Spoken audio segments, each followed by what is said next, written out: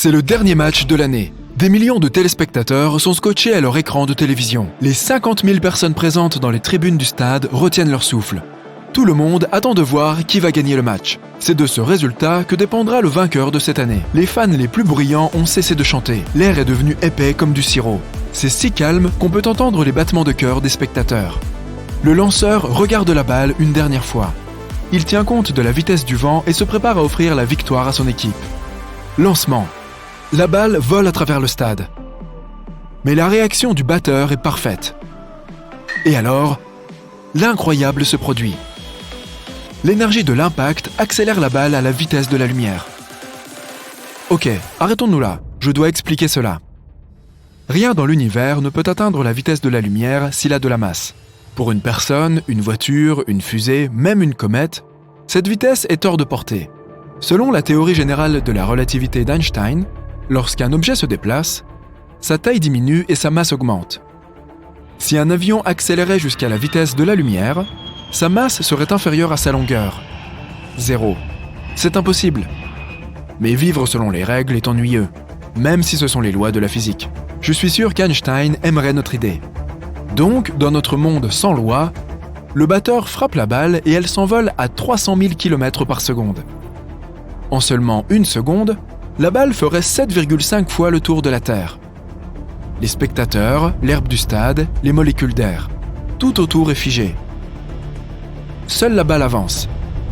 Le petit projectile s'envole hors du stade, déchire l'atmosphère et part dans l'espace. Et là, horreur! La balle s'écrase à pleine vitesse sur la Station spatiale internationale. La station n'a aucune chance. Un objet à la vitesse de la lumière va tout balayer sur son passage. Cette histoire est impossible, non seulement parce que la batte d'un joueur de baseball se briserait sous un coup pareil. Une petite balle de cuir et de caoutchouc déclencherait, au centre d'un stade, un éclair plus lumineux que le soleil. Cette lumière brillante sera suivie d'une explosion thermonucléaire. Lorsque le batteur propulse la balle à la vitesse de la lumière, le spectacle commence. La balle se déplace si vite que les molécules d'air n'ont pas le temps de circuler autour d'elle. Les atomes des molécules d'air frappent la balle et se mélangent à ces atomes. Des rayons gamma apparaissent. Ils brisent les molécules. L'air autour du batteur se transforme en plasma rouge et brûlant. L'arbitre et le receveur ne sont pas non plus à envier. Essayent de jouer au baseball dans de la lave volcanique. Tout cela se passe en quelques nanosecondes. Il y a 1 milliard de nanosecondes dans une seconde. Les yeux et le cerveau des gens n'ont pas le temps d'analyser ce qui se passe devant eux. La balle se brise en petits morceaux.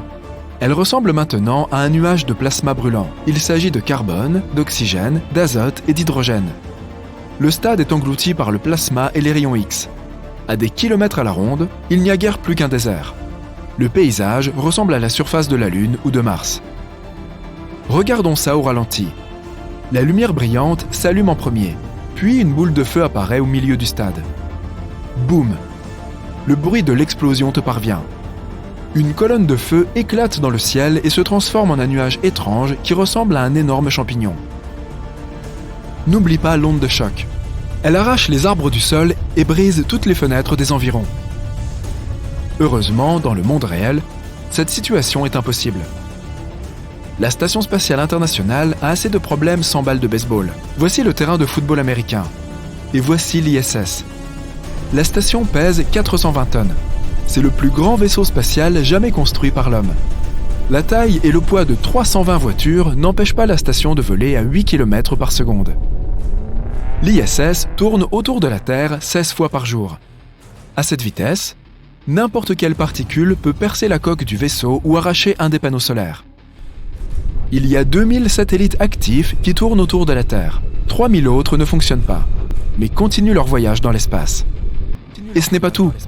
Dans l'espace, il y a 100 millions de débris dont la taille ne dépasse pas 1,26 cm.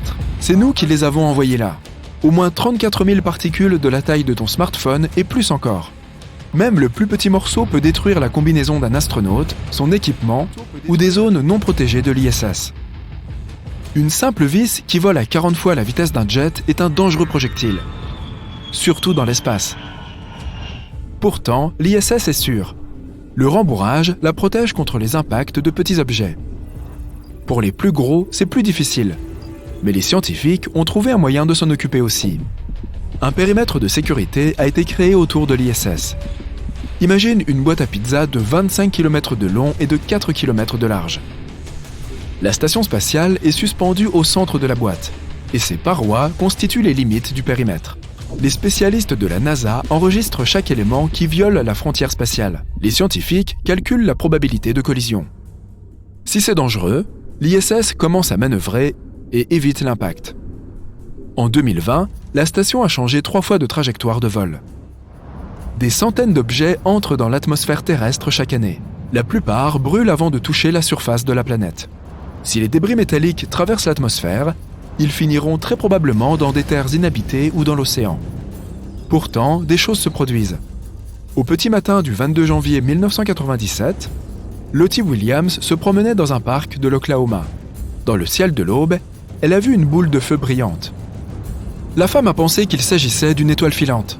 Soudain, elle a senti quelque chose toucher son épaule. Il s'agissait d'un morceau de métal de la taille d'une main. Le coup n'a pas blessé Madame Williams.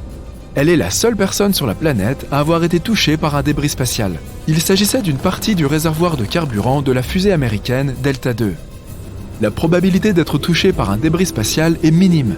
Un énorme kraken a plus de probabilité de ramper dans ta chambre qu'un morceau de satellite spatial de te frapper. Les débris sont invisibles parmi le flot de milliers de petites météorites. Elles bombardent l'atmosphère terrestre chaque jour. La plupart des roches sont brûlées dans celle-ci, et celles qui tombent sur notre planète sont invisibles. Le seul cas confirmé de rencontre rapprochée avec une météorite est celui d'Anne Hodges. En 1954, une roche spatiale a traversé le toit d'une maison et a frappé la femme à la cuisse. La météorite a laissé un trou dans le plafond et un bleu sur la jambe de Madame Hodges. Imaginons ce qui se passerait si un objet de la taille et du poids d'une boule de bowling volait vers notre planète. Naturellement, à la vitesse de la lumière. En 2 secondes, notre objet spatial ferait la distance entre la Lune et la Terre. La boule se briserait, mais aurait le temps de démarrer une fusion thermonucléaire. Ce processus libérerait des rayons X qui transformeraient l'atmosphère en une bulle de plasma. Elle se dilaterait constamment. Il n'y aurait aucun point d'impact des débris spatiaux sur la surface de la Terre. Elle n'aurait pas le temps d'atterrir, mais elle ferait beaucoup de dégâts. L'explosion dans l'atmosphère serait colossale. Le cataclysme transformerait une partie de la planète en un désert sans vie et provoquerait la destruction d'une partie de la croûte terrestre. En surface, des incendies, des tremblements de terre, des tsunamis et des éruptions volcaniques se déclencheraient. Le Soleil est la principale source de lumière dans notre système solaire. La lumière de l'étoile atteint Pluton en 5 heures et 50 minutes. Mercure n'est qu'à 3 minutes et 20 secondes. Quant à la Terre, 8 minutes et 20 secondes suffisent. Si nous envoyons un vaisseau spatial vers Mars demain, il atteindra sa destination en 7 mois. Une fusée qui voyage à la vitesse de la lumière le ferait en 3 minutes. Nous ne pourrons jamais voler à la vitesse de la lumière. La plupart des vaisseaux spatiaux les plus modernes sont propulsés par des moteurs ioniques. Mais les scientifiques cherchent une alternative. Pendant des milliers d'années, les gens ont voyagé sur des bateaux à voile. Aujourd'hui, cette technologie est de nouveau d'actualité. Des ingénieurs suggèrent d'utiliser des voiles dans l'espace. Ils proposent d'attraper le vent solaire à l'aide de celle-ci. Une voile est installée sur le vaisseau spatial et des photons de lumière la frappent. Cela crée une pression qui pousse l'objet vers l'avant. L'idée la plus dingue à ce jour est de créer un moteur de propulsion externe à plasma pulsé. Son principe consiste à faire exploser des centaines de charges nucléaires derrière le vaisseau spatial. Le vaisseau avancerait grâce à leur onde de choc. Merci, mais non merci. Le moyen le plus scientifique de voyager dans l'espace est d'utiliser un moteur à distorsion. Dans ce cas, on pourrait voler plus vite que la vitesse de la lumière. Mais d'abord, nous devons construire un moteur qui déforme l'espace-temps et utiliser cette distorsion pour voyager dans l'espace. Et jusqu'à présent, on ne trouve cette technologie que dans les films et les bandes dessinées.